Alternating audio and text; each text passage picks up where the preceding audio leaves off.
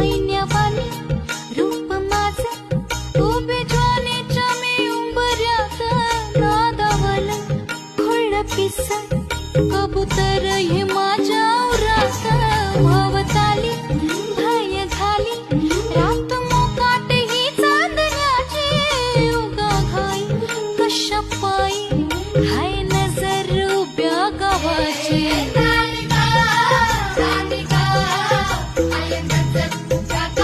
हे शेत आलं राखणीला राख झालं गोळा शिळ खाली अडून कोणी करून तिरपा डोळा